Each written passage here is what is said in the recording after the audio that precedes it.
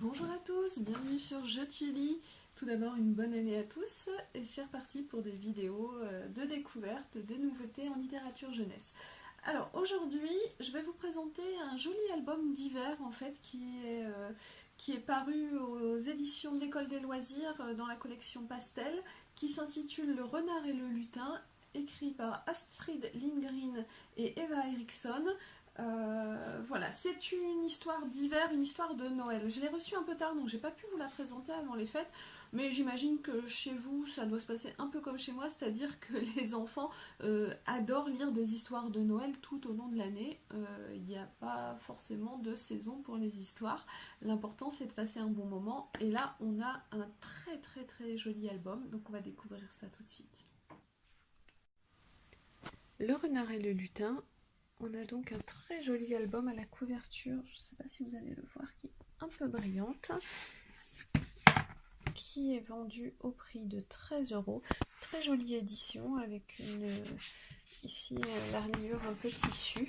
Cet album il fait un peu penser à un album qui est paru, qui est un classique, qui est paru il y a longtemps, qui s'appelle Lutin veille, dans le même esprit, qui se passe également dans les pays du Nord, où il y a une tradition de lutin qui veillerait sur la nuit des gens dans les fermes. Donc on commence par un très joli ciel étoilé. Et dans cette histoire, on va suivre ce renard qui se réveille en plein hiver dans la forêt et qui se trouve affamé. Il va donc partir à la recherche de nourriture et arriver dans cette ferme un peu isolée. Voilà, où manifestement c'est jour de fête. Et on a donc le lutin qui veille sur la ferme la nuit, qui est là et qui repère notre renard.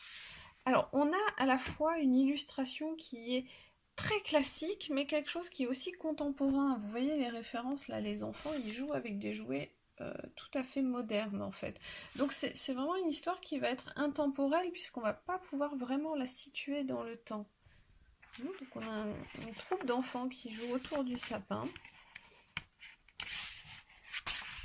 Et notre renard qui va essayer de trouver à manger, donc il va se faufiler un peu partout. Il va d'abord aller rendre visite aux vaches, donc de la même façon dans cette histoire, on visite un peu la ferme. Il va croiser les rats, mais il va décider de jeter son dévolu sur les poules. Et c'est là que notre ami le lutin va intervenir et lui expliquer qu'il n'a pas le droit d'aller déranger les poules, et encore moins de les manger.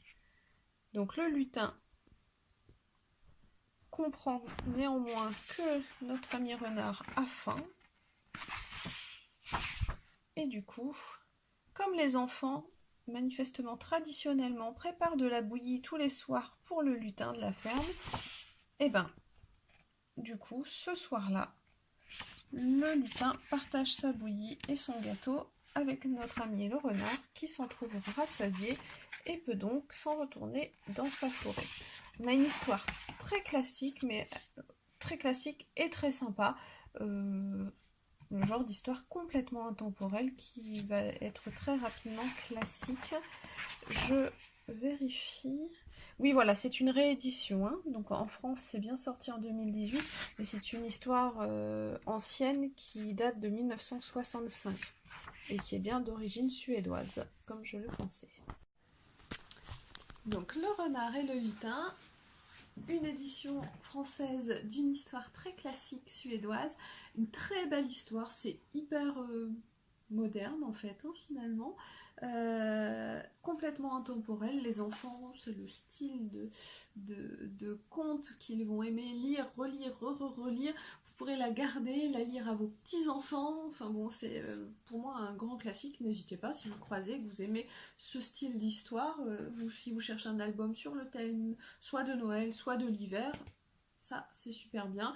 Pour des enfants à partir de 3-4 ans, parfait, jusqu'à 6-7 ans, ils liront ça avec grand plaisir. Voilà, donc je recommande tout à fait chaudement aux éditions Pastel de l'École des loisirs, Le renard et le lutin. Voilà, j'espère que cette découverte vous a plu. Si c'est le cas, n'hésitez pas à vous abonner à la chaîne, à mettre un like, et je vous dis dis à très très vite sur Je tu lis pour d'autres découvertes. Au revoir!